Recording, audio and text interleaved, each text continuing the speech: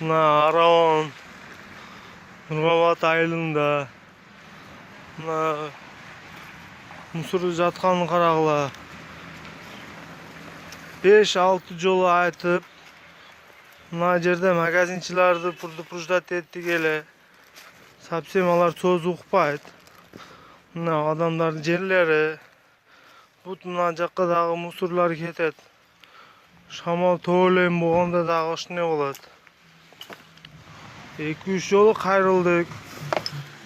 Кирип айттык, сөздөрүбүздү укушпай атат. Мына айыл өкмөттөрү дагы эмне кылып отурушат ичкеринде билбейм.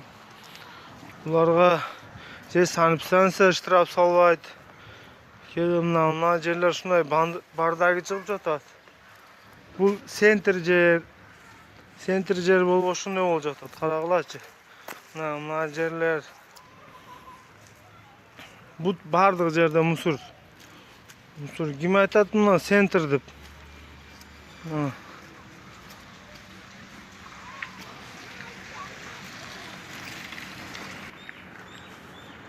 Мына жерлер эми ошондой центр жерлер. Ким караштырат мына жерлерчи?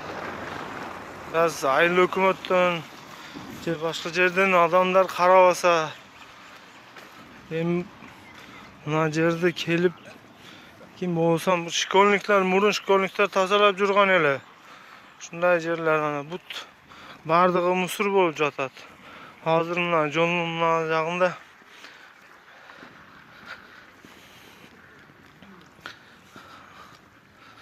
мына центральный жерде мурун детсад болгон жерлер мына азыр кандай абалда жатат. Эми булар боюнча ким иш көрүп, ким эме кылат де? Кайрыла турган жерлери барбы?